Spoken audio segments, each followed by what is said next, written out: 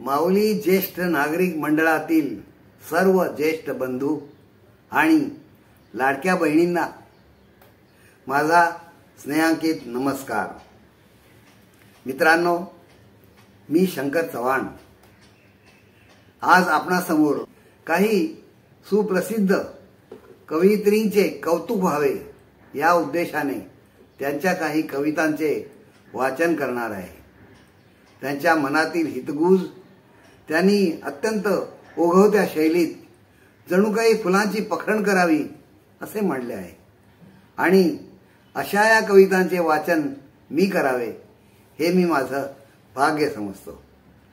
तर ऐकूया पहिल्या कविता। पहिल्या कवयित्री आहेत मीनाक्षीताई ठाकरे। त्यांच्या कवितेचं शीर्षक आहे काहीतरी राहून गेले। आयुष्याच्या शेवटी शेवटी जाणीव झाली, आयुष्याच्या शेवटी शेवटी जाणीव झाली, काहीतरी राहून गेले, काहीतरी राहून गेले। काय बरं राहून गेले, काय बरं राहून गेले। आठवून आठवून हैराण झालो, आठवून आठवून हैराण झालो आणि अचानक आठवले, आणि अचानक आठवले, अरे हो, बायकोवरचे प्रेम व्यक्त करायचे राहूनच गेले, बायकोवरचे प्रेम व्यक्त करायचे राहूनच गेले, बायकोवरचे प्रेम व्यक्त करायचे राहूनच गेले।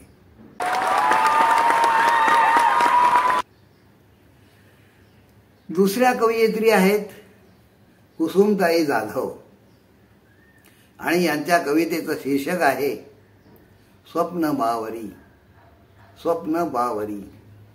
ऐकूया कविता। या धुंद चांदण्यांची का ओढ या मनी रे, या धुंद चांदण्यांची का ओढ या मनी रे, असतोस दूर कोठे, तुझ आठवू किती रे, तुझ आठवू किती रे।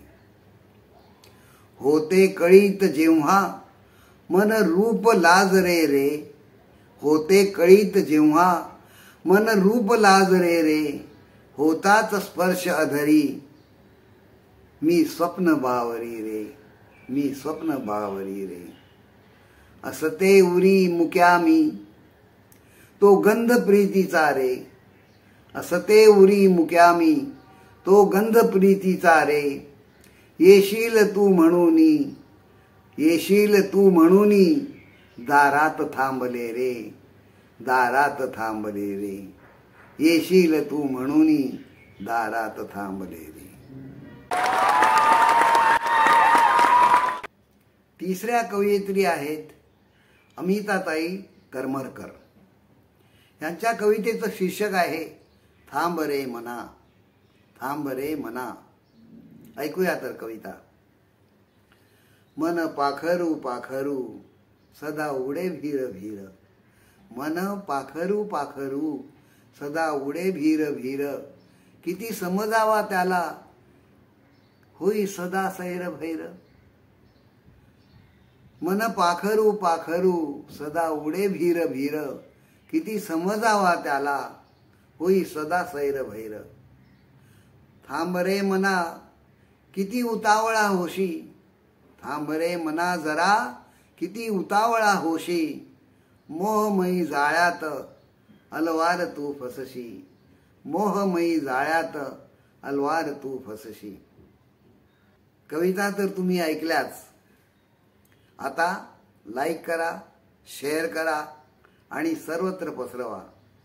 जर तुम्हाला ह्या कविता आवडल्या असतील तर कमेंट बॉक्समध्ये आपला अभिप्राय नक्की कळवा। तुम्हाला हाच आमचा संदेश आहे। धन्यवाद।